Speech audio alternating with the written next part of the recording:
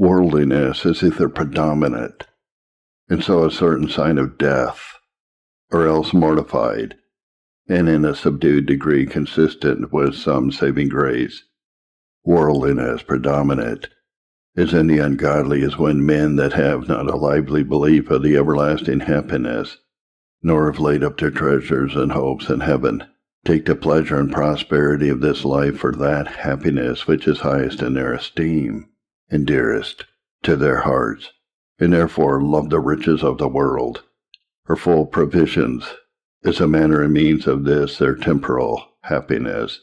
Worldliness in a mortified person is when he that has laid up his treasure in heaven, and practically esteems his everlasting hopes above all the pleasure and prosperity of the flesh, and seeks first the kingdom of God and his righteousness, and uses his estate principally for God and his salvation, as yet some remnants of an inordinate desire to the prosperity and pleasure of the flesh, and some inordinate desires of riches for that end, which he yet hates, laments, resists, and so far subdues, that it is not dominant against the interests of God and his salvation.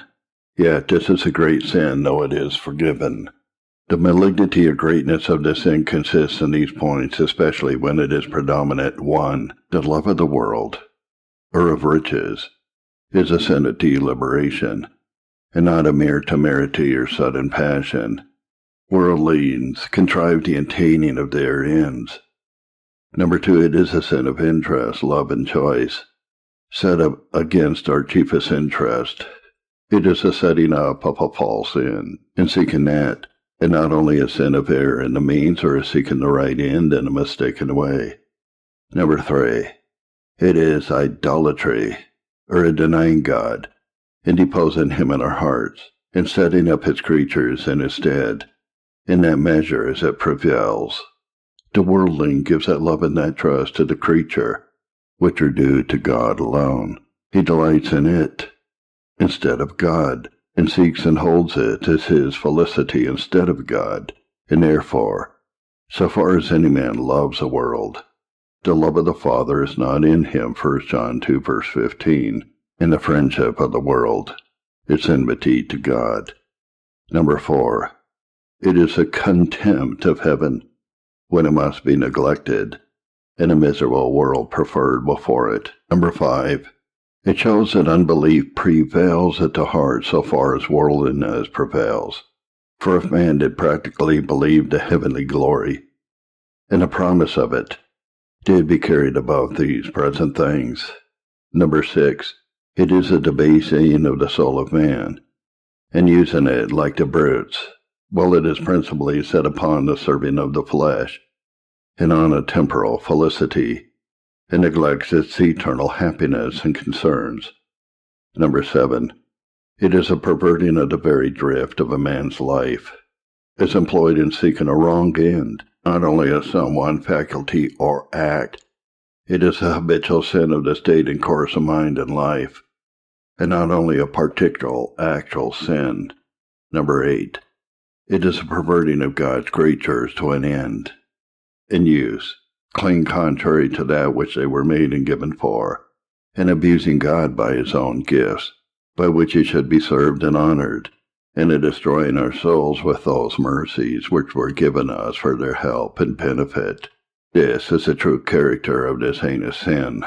In a word, it is a forsaking God, and turning the heart from him, and alienated the life from his service to this present world, in the service of the flesh, fornication, drunkenness, murder, swearing, perjury, lying, stealing, and so on, are very heinous sins. But a single act of one of these, committed rashly in the violence of passion or temptation, speaks not such a malignant turning away of the heart habitually from God, as to say a man is covetous, loves this present world. What are the signs of being worldly minded? The signs of covetousness are these: not preferring God and our everlasting happiness before the prosperity and pleasure of the flesh, but valuing and loving fleshly prosperity above its worth, esteeming and loving the creatures of God as provision for the flesh, and not to further us in the service of God, desiring more than is needful or useful to further us in our duty, an inordinate eagerness in our desires after earthly things, distrustfulness and carking cares and contrivances for time to come, discontent and trouble, and a repining in a poor condition, when we have no more than our daily bread, when the world takes up our thoughts inordinately, when our thoughts will the more easily run upon the world than upon better things, and when our thoughts of worldly plenty are more pleasant and sweet to us than our thoughts of Christ, and grace and heaven, and our thoughts of want and poverty are more bitter and grievous to us than our thoughts of sin and God's displeasure, when our speech is freer and sweeter about prosperity in the world than about the concerns of God and our souls, or at least cut short religious duties, and is preferred before them, and thrusts them into a corner, and makes us slightly huddle them over, when we are dejected overmuch, and impatient under losses and crosses and worldly injuries from men, when worldly matters seem sufficient to engage us in contentions and to make us break peace, and we will by lawsuit seek our right, when greater hurt is likelier to follow to our brother's soul, or greater wrong to the cause of religion, or the honor of God, than our right is worth. In our trouble and distress we fetch our comfort more from the thoughts of our provisions in the world, or our hopes of supply, than from our trust in God, and our hopes of heaven, when we are more thankful to God or man for outward riches, or any gift for the provision of the flesh, than for hopes or helps in order to salvation, for a powerful ministry, good books, or seasonable instructions for the soul. And we are quiet and pleased if we do but prosper, and have plenty in the world, though the soul be miserable, unsanctified, and unpardoned, when we are more careful to provide a worldly than a heavenly portion for children and friends, and rejoice more in their bodily than their spiritual prosperity, or trouble more for their poverty than their ungodliness or sin, when we can see our brother have need, and shut up the bowels of our compassion, or can part with no more than mere superfluities for his relief, when we cannot spare that which makes but for a better being, when it is necessary to preserve his being itself, or when we give unwillingly or sparingly, when we will venture upon sinful means, for our gain is lying, overreaching, deceiving, flattering, or going against our consciences or the commands of God, when we are too much in expecting liberality from others, think that all we buy of should sell cheaper to us than they can afford, and consider not their loss or want, so that we have the gain. Nor are we contented if they be never so bountiful to others, if they be not so to us, when we make too much ado in the world for riches, taking too much upon us, striving for preferment and flattering great ones, and envying any that are preferred before us, or get that which we expected, when we hold our money faster than our innocency, and cannot part with it for the sake of Christ, when he requires it, but will stretch our consciences and sin against him, or forsake his cause, to save our estates, or will not part with it for the service of his church or of our country, when we are called to it, when the riches which we have are used but for the pampering of our flesh, and superfluous provision for our posterity, and nothing but some inconsiderable crumbs or driblets are employed for God and his servants, nor used to further us in his service, and towards the laying up of a treasure in heaven. These are the signs of a worldly covetous wretch. The counterfeits of liberality or freedom from covetousness which deceive the worldly minded are such as these. He thinks he is not covetous, because he has a necessity of doing what he does for more. Either he is in debt, or he is poor, and scarcely has whereon to live. And the poor think that none are worldlings and covetous but the rich. But he may love riches that lacks them, as much as he that has them. If you have a necessity of laboring in your callings, you have no necessity of loving the world, or of caring inordinately, or of being discontent with your estate. And patience under your lacks shows a love of the world and flesh, as much as other men's bravery that possess it. Another thinks he is not a worldling, because he could have but the bare necessities, even food and raiment, and conveniences for himself and family. He would be content, and it is not riches or great manors that he desires. But if your hearts are more set upon the getting of these necessities or little things than upon your preparation for death, and making sure of the heavenly treasure, you are a miserable worldling still, and a poor man that will set his heart more upon a poor and miserable life than upon heaven. It's more unexcusable than he that sets his heart more upon lordships and honors than on heaven, though both of them are but the slaves of the world, and have as yet no treasure in heaven. Matthew 6:19-21. And moreover, you that are now so covetous for a little more, if you had that, would be as covetous for a little more still. And when you had that, for a little more yet, you would next wear better clothing, and have better fare. And next, you would have your house repaired, and then you would have your land enlarged, and then you would have something more for your children, and you would never be satisfied. You think otherwise now, but your hearts deceive you. You do not know them. If you do not believe me, judge by the case of other men that have been as confident as you, that if they had but so much, or so much they would be content, but when they have it, they would still have more. And this, which is your pretense, is a common pretense of almost all the covetous. For lords and princes think themselves still in as great necessity as you think yourselves, as they have more. So they have more to do with it, and usually are still lacking as much as the poor.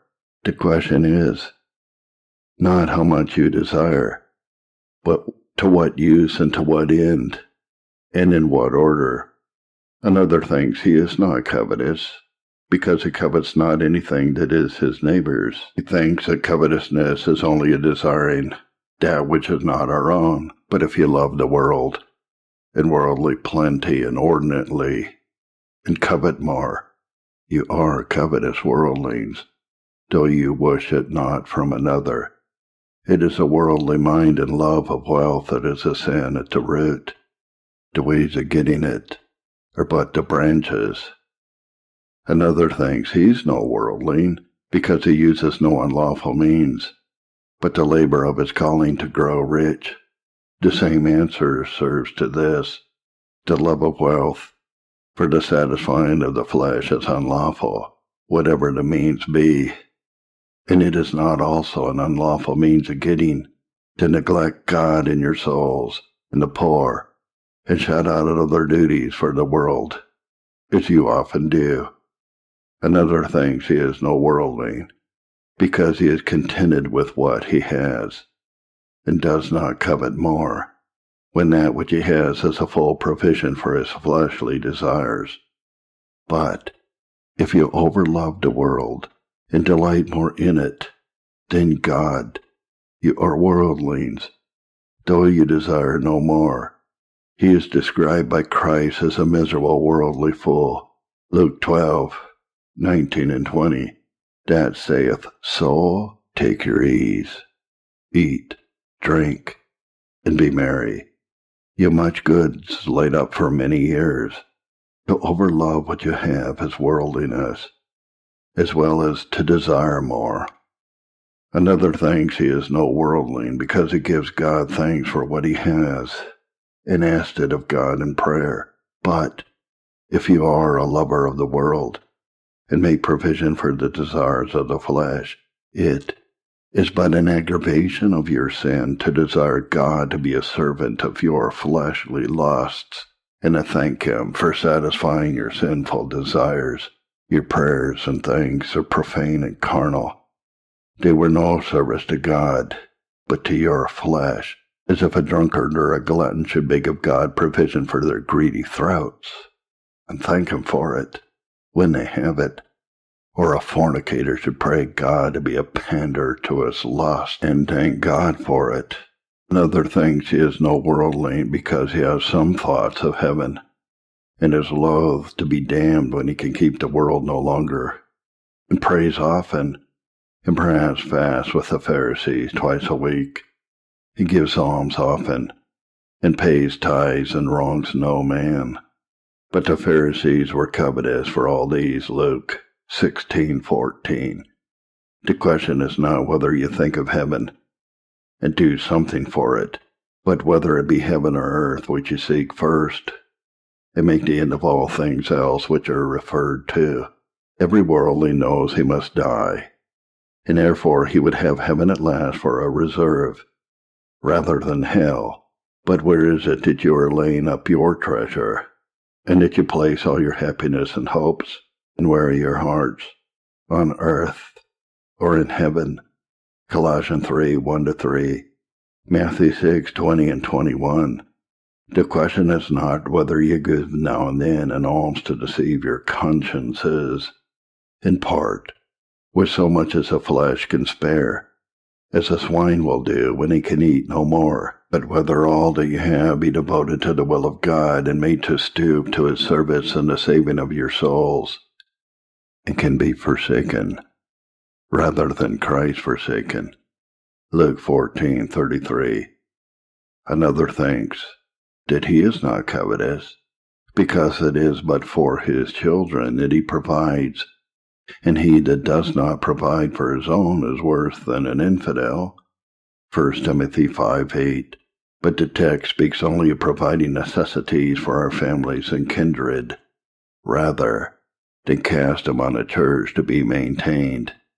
If you so overvalue the world that you think it the happiness of your children to be rich, you are worldlings and covetous, both for yourselves and them.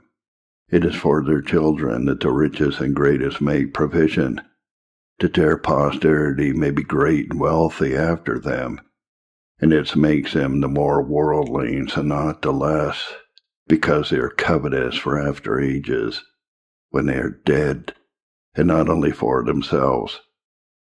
Another thinks he is no worldling because he can speak as hardly of covetous men as any other, but many a one reviles others as covetous, that is covetous himself.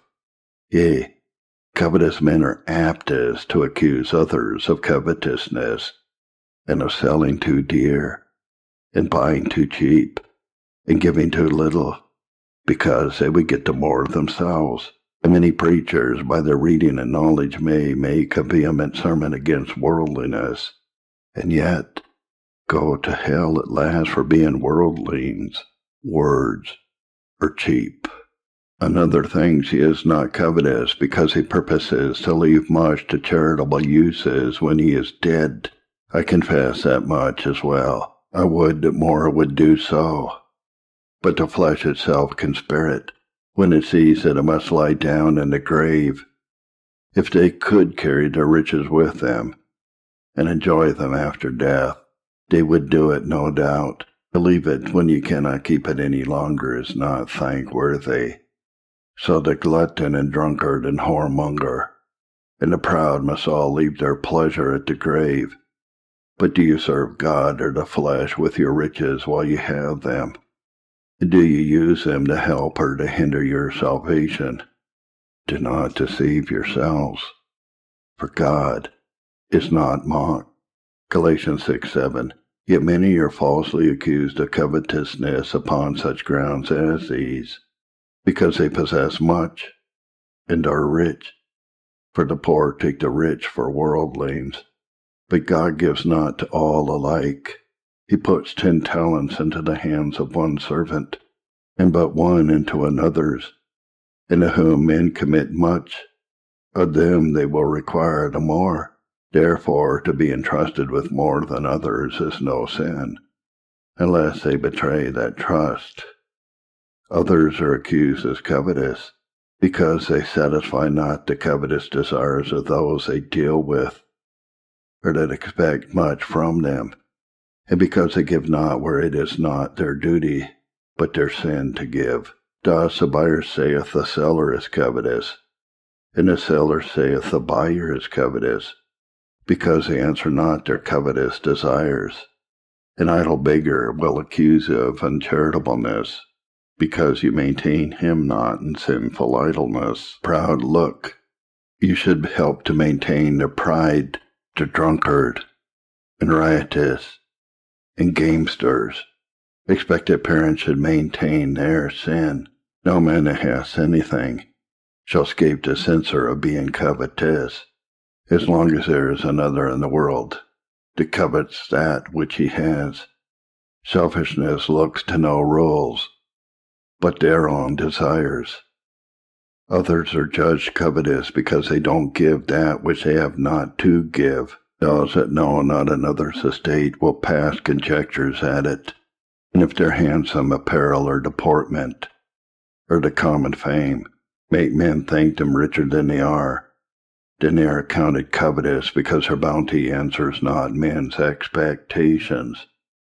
Others are thought covetous because they are laborious in their callings, and thrifty in saving, not willing that anything should be lost, but all this is their duty.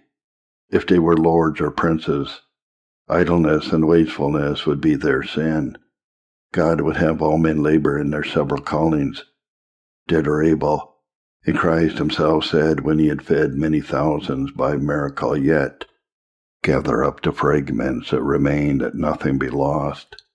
The question is, how they use that which they labor so hard for, and save so sparingly. If they use it for God in charitable uses, there is no man takes a righter course. He is the best servant for God that will be laborious and sparing, that he may be able to do good. Seriously consider of your everlasting state, and how much greater things and riches you have to mind. Behold by faith the endless joys which you may have with God, and the endless misery which worldlings must undergo in hell. There is no true cure for an earthly mind, but by showing it to far greater manners to be minded, by acquainting it better with its own concerns, and with the greater miseries than poverty or want, which we have to escape, and the greater good than worldly plenty, which we have to seek. It is want of faith that makes men worldlings. They don't see what is in another world. They say their creed, but do not heartily believe the day of judgment, the resurrection of the body, and the life everlasting. There is not a man of them all. But if he had one sight of heaven and hell, would set lighter by the world than ever he did before, would turn his covetous care and toil to a speedy and diligent care of his salvation. If he heard the joyful praises of the saints, and the woeful lamentations of the damned, but one day or hour, he would think ever after, did he had greater manners to mind than to scraping together a heap of wealth. Remember, man, you have another world to live in, and a far longer life to make provision for, and that you must be in heaven or hell forever. This is true, whether you believe it or not, and you have no time but this to make all your preparation in, and as you believe and live and labor now, it must go with you to all eternity. These are manners worthy of your care.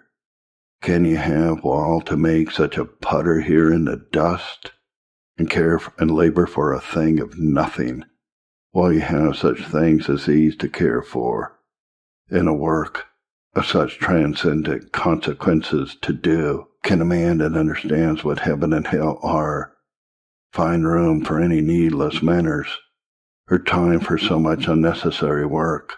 The providing of your salvation is a thing that God has made your own work, much more than the providing for the flesh. When he speaks of your body, he says, take no thought for your life, what you shall eat or drink, nor for your body, what you shall put on. For your Father knows that you have need of all these things. Matthew 6:25-32. Be careful for nothing. Philippians 4:6. Cast all your care upon him, for he cares for you. 1 Peter 5:7. But when he speaks of your salvation, he bids you work it out with fear and trembling. Philippians 2:12. And give diligence to make your calling and election sure. 2 Peter 1:10. And strive to enter in at the strait gate. Matthew 7:13, Luke 13:24. Labor not for the meat that perishes, but for that which endures to everlasting life. John 6:27. That is, seek first the kingdom of God and his righteousness, and all these things shall be added to you. Matthew 6:33. Look up to heaven, man, and remember that there is your home, there are your hopes, or else you are a man undone forever. And therefore it is for that you must care and labor. Believe unfeignedly that you must dwell forever in heaven or hell, as you make your preparation here. And consider of this as becomes a man, and then be a worldling and covetous, if you can.